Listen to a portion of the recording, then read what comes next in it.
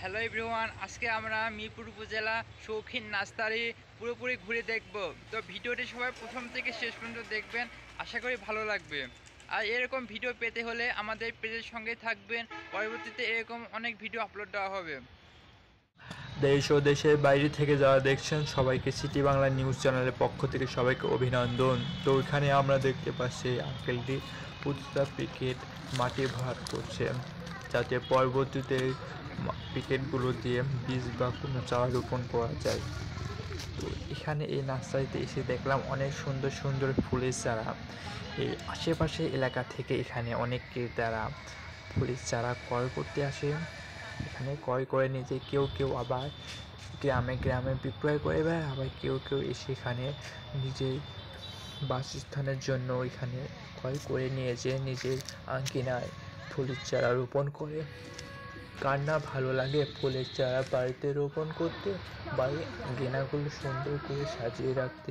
আমাদের কম বেশি সবাই ভালো লাগে নিজের এলাকায়, নিজের বাড়িতে আঙ্গিনাগুলোতে সবসময় ফুল ভরে উঠুক, ফুলের সুগন্ধে সকাল ভরা এই মিষ্টি রোদের সকালে কে না চায় এমন একটি সুন্দর দৃশ্য।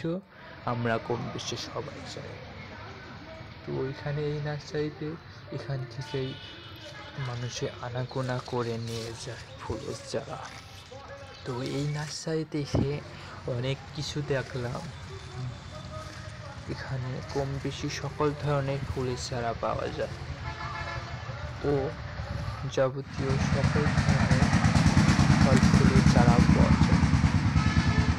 আপনারা হয়তো স্ক্রিনে দেখতে পাচ্ছেন অনেক ধরনের ফুলের চারা ও ফল ফুলের চারা।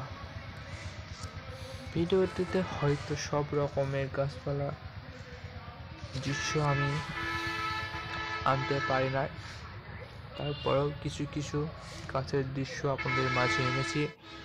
আপনারা হয়তো দেখতে পাচ্ছেন ফুলের চারা, ফলের চারা, সব ধরনের যাবতীয় গাছপালা রয়েছে।